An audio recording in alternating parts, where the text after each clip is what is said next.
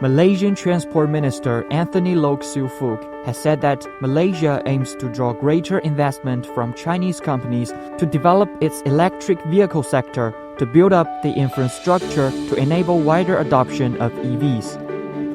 In a recent interview with Xinhua, Loke said that the development of the supporting infrastructure for EVs is a major hurdle for Malaysia, but the government seeks to overcome this by encouraging companies with the expertise and technology to set up their operations in the country.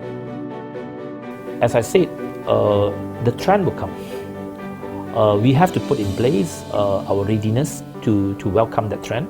Our industrial policies are also encouraging more EV-related industries to be relocated to Malaysia, especially on producing batteries in Malaysia.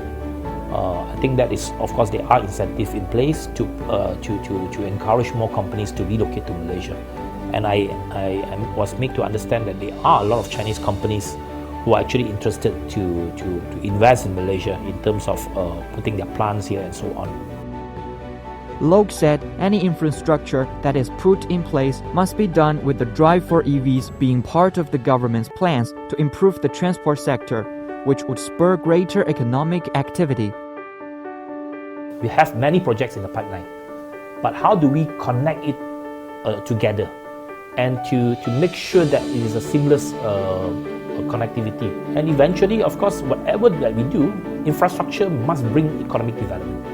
So we must look at transportation sector not just as transporting from point A to point B, but more as an economic multiplier effect.